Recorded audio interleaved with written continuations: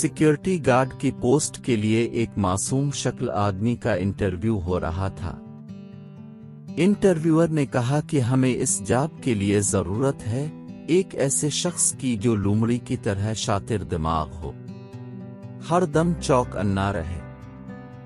साजिश की बू इसे ब्लड हाउंड की तरह मीलों दूर से सूंघाई दे, बाज की नजर रखता हो, लग़्ज़िश की गुंजाइश ना दे, चींटे की तरह फुर्तीला हो, इंक का जवाब पत्थर से दे, बेरहम हो, बेदरेक हो, किलर इंस्टिंक्ट्स रखता हो। क्या आपको लगता है कि आप इस जॉब के लिए एक एलिजिबल कैंडिडेट हैं?